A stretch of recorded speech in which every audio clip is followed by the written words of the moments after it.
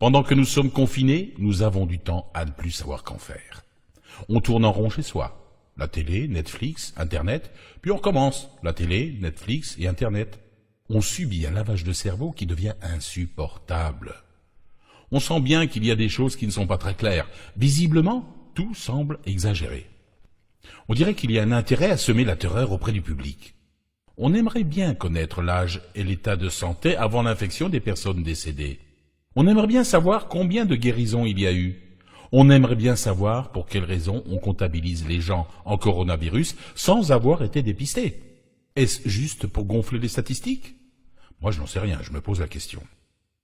Je ne sais pas ce que vous faites confiné chez vous toute la journée. Il y a de quoi devenir fou à tourner en rond. On a donc le temps de réfléchir. Je me suis mis à réfléchir sur l'affaire de la chloroquine mise en avant par le professeur Raoult. Il est vrai qu'avec son look à la Buffalo Bill, on a tendance à ne pas le prendre au sérieux. Je vous propose de remonter les faits, et rien que les faits. Vous allez voir qu'il y a des choses un peu étranges, un peu troublantes. Mes sources ont été prises sur Internet. Tout commence lorsque le mari d'Agnès Buzyn, ex-ministre de la Santé, M. Yves Lévy, participe à l'inauguration du laboratoire P4 à Wuhan, en Chine, d'où le virus est sorti. Avant cela, le même mari d'Agnès Buzyn s'est fâché avec Didier Raoult en refusant le label de l'INSERM au Centre de recherche mondialement réputé, IHU, dirigé par le professeur Didier Raoult. Le professeur Didier Raoult montre que le classique médicament de la chloroquine soigne 90% des cas de coronavirus s'ils sont dépistés assez tôt. Il s'oppose au confinement généralisé des porteurs sains qu'il juge digne du Moyen-Âge. Il prône un dépistage généralisé et un traitement rapide avec la chloroquine et avec confinement des seuls malades. La chloroquine coûte 10 centimes le comprimé. Il est sûr que les laboratoires qui financent l'INSERM cherchent des solutions bien plus coûteuses. En octobre 2019, il faut savoir que M. Lévy, président de l'INSERM et mari de la ministre, a révoqué le statut de fondation des IHU pour reprendre le contrôle de leurs recherches. Le professeur Raoult dirige l'IHU de Marseille et est visé directement par cette directive.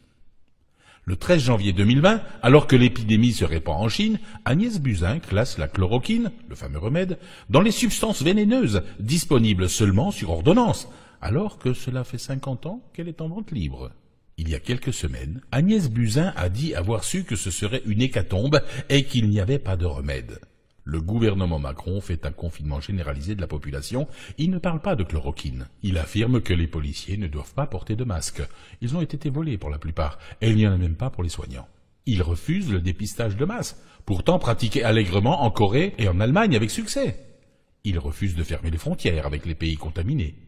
Le journal Le Monde et l'Agence d'État de Santé qualifient les recherches du professeur Raoult de fake news avant de se rétracter. Le professeur François Perronne révèle il y a quelques jours sur LCI que le stock de chloroquine de la pharmacie centrale française a été pillé. D'ailleurs, dans Le Monde, la semaine dernière, grâce à un tweet d'Elon Musk, en 48 heures, Donald Trump met à disposition de tous les Américains la chloroquine. Le Maroc achète les stocks de chloroquine de Sanofi à Casablanca.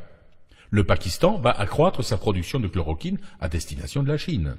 La Suisse exclut elle aussi le confinement généralisé de la population, pratique un large dépistage et traitement rapide et accuse la France de faire de la politique spectacle.